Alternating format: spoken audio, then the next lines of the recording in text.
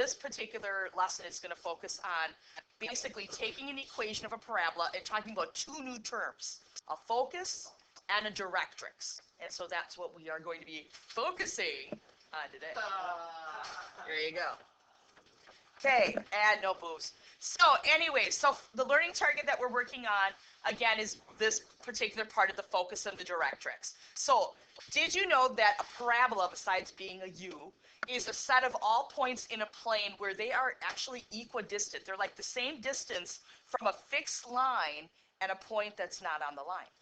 So in some ways, it's, you know, it's kind of different than a circle, because a circle, of course, always has that fixed distance from the center of the circle. Here it's going to be, again, a set of points where it's the same distance from a fixed line and a point, which is this point. And so that is called, the fixed point is called the focus, and the fixed line is called the directrix. And so that's kind of our two new terms. For this lesson, all our parabolas are going to be opening vertically. That means they're going to either open up or they're going to open down. Okay, next year you can deal with parabolas going to the left and right. Okay, so we're not going to worry about that. So again, with the vertex equation, the equation that we were talking about before, remember we were talking about this on Thursday. So we were talking about x minus h quantity squared equals 4p and then y minus k. That was, again, was talked about transformational format. So we're going to utilize that again today. Okay, and then these are our two new equations. We're going to have the focus, which is going to be h and then k plus p. We'll talk about what that p is. And then directrix is y equals k minus p. So you might want to highlight those pieces because that's what we kind of need to know. If you remember from Thursday's lesson, when we wrote the equation, remember when I got to the 4p part, I said, don't worry about it. Okay, we're at the part where now we need to do it. Okay. So that's what we're going to be working with today. So writing equations of parabolas, knowing some of these things, graphing parabolas, trying to figure out some of these things, all that good stuff. All right, so the first one we're going to work is looking at an equation of y equals 6x squared.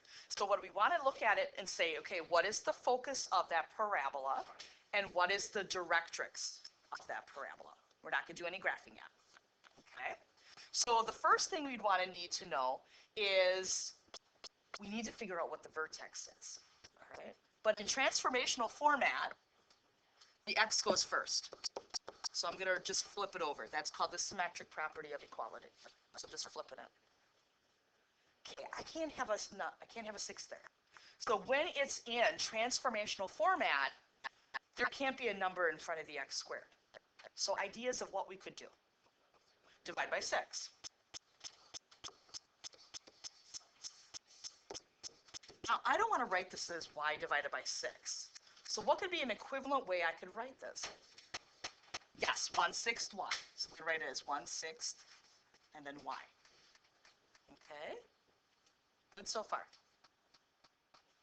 All right, from here, we should be able to figure out what is the vertex. So remember that vertex is supposed to be after the x. So what number is h? 0. Okay? And then what number is in the k position? No, but it's supposed to be parentheses y minus k. There isn't anything there, so it's 0. So my particular parabola, this is going to be the vertex of the parabola. I need to know the vertex in order to find the focus and to find the directrix. Yeah, there's nothing there for that k value. So it's going to end up being 0. There's no minus anything, so there's nothing there. So then to find the focus again is going to be h and then k plus p. Well, we don't know what p is yet. However, h we do know. So what is h? 0. So that's right here. So now I know my focus is 0, k plus p. Well, I think I know what k is. K is 0. All right, so now I have to think about this. Well, wait a minute. This number, that's the 4p. Remember that equation had a 4p there? So 4p It's not going to be equal to the y, it's equal to the number in front of the y, which is 1/6. So how am I going to solve that for p? So the 4p comes from the equation. I got the 1/6 because that's the number in front of the y. Now how do I solve this? Yeah, divide by 4. So if I divide by 4, what will I get? Yeah, 1/24. So that'd be 1/24. You're really taking 1/6 and multiplying it by 1/4. So that's going to be 1/24. So now I can find the vertex. The vertex is going to be 0 and then 0 plus 1/24. Well, 0 plus 1/24 is 1/24. So there's my focus. Okay. Now to find the directrix, that's my p-value, by the way. Now to find the directrix, that's a line. And so that's going to be y equals k minus p. Well, k we know, and p we know. So k is 0, p is 1/24. So therefore 0 minus 1/24 would be negative 1/24. And then there's my answer. So that is my directrix, that is my focus. So my focus is 1/24, or probably 0 1/24, and then my directrix would be y equals negative 1/24. And we're done. So we're writing the equation.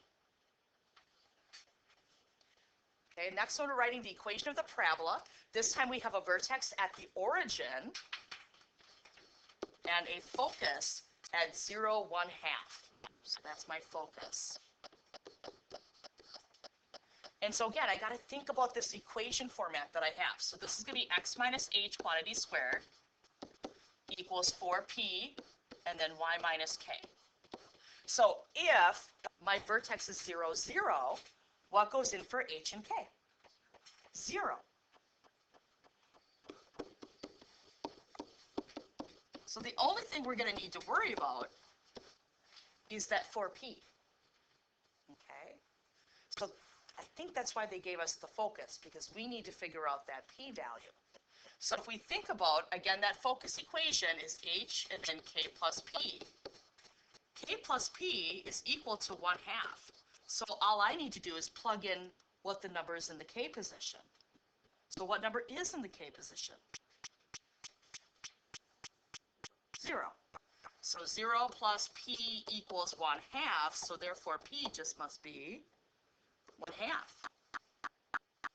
And so now that I know the p-value, I don't want to write this as 4p. Yeah, we're going to do 4 times 1/2, which is 2. So do I really need to write x minus 0 quantity squared? No. So I really can just write x squared. This I put the 1/2 in, so then that made 2. And then I really don't need to write y minus 0. I can just write y. And there's my equation that's in that format.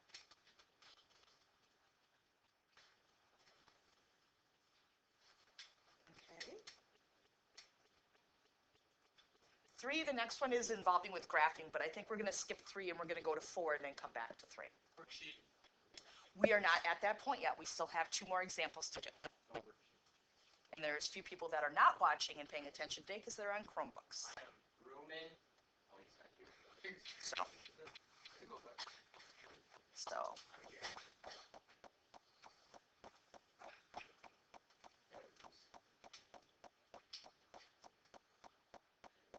Just remember, if people are gone and missing stuff, you need to take care of that. Always the zero fairy likes to come.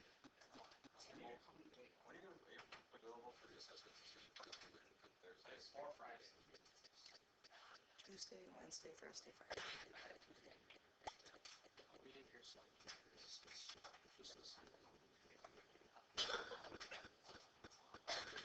Okay. All right. Now we're going to skip to 4 and then go back to 3. So for 4, we're also writing an equation. That's why I want to kind of keep the consistency here. So now we're trying to figure out, write the equation of the parabola with the vertex at the origin and the directrix. I know it. My directrix is going to be negative 1/8. So again, my vertex is at the origin. So that's still 0, 0. So my beginning equation is going to look a lot like number 2. It's going to be x minus 0, quantity squared, equals 4p, and then y minus 0. Okay, so that's the beginning of my equation. Again, we don't need Chromebooks out, we don't need our phones out. Okay, next thing what we're going to do with this is we got to focus on the 4p and we got to figure out what is p. So that's why they gave me the directrix. The directrix is y equals k minus p.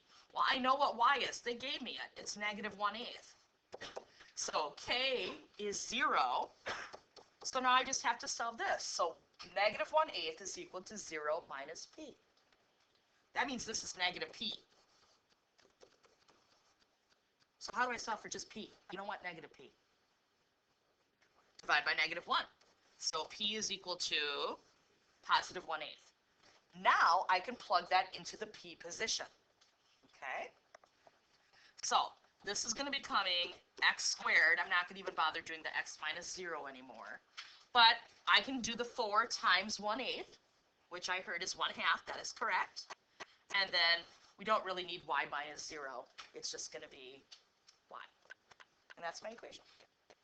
If I had numbers other than 0, 0, then you want to keep the parentheses and keep what it is. But since there's zeros, we can just drop it. We don't need it. Okay. Mackenzie, there's a question on that?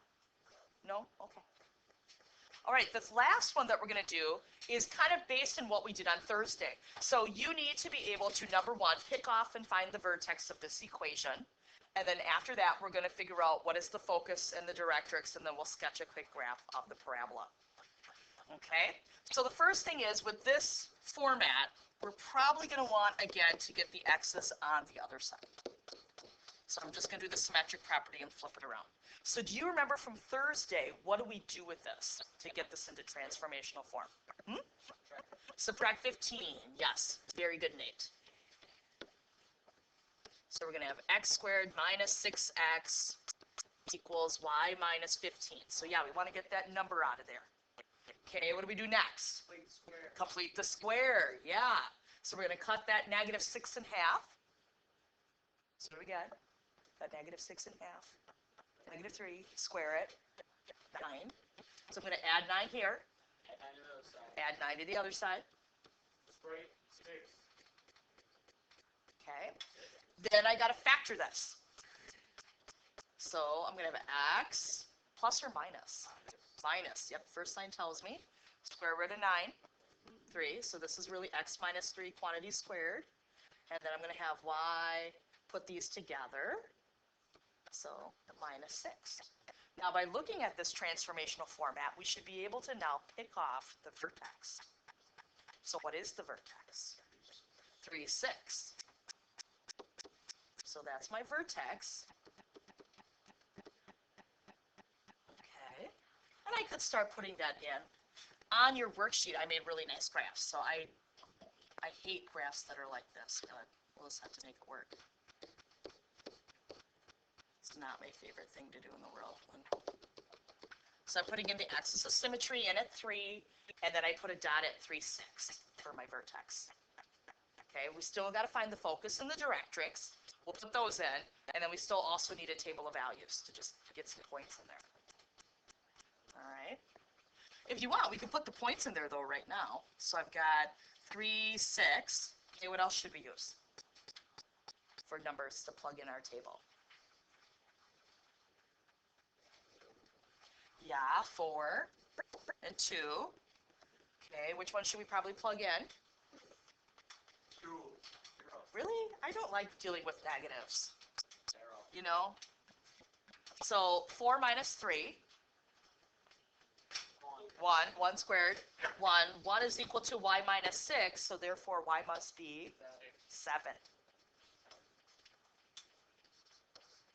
So that would be 1 more unit there. And then technically I want to go 1 more to the left and right. And knowing me, I probably would plug in 5 because I like doing positive numbers. So then 5 minus 3, square it, so that'd be 4. And then that's going to equal y minus 6, so that tells me that y must be 10. And I don't feel like graphing that right now, so I'm just going to make a rough sketch.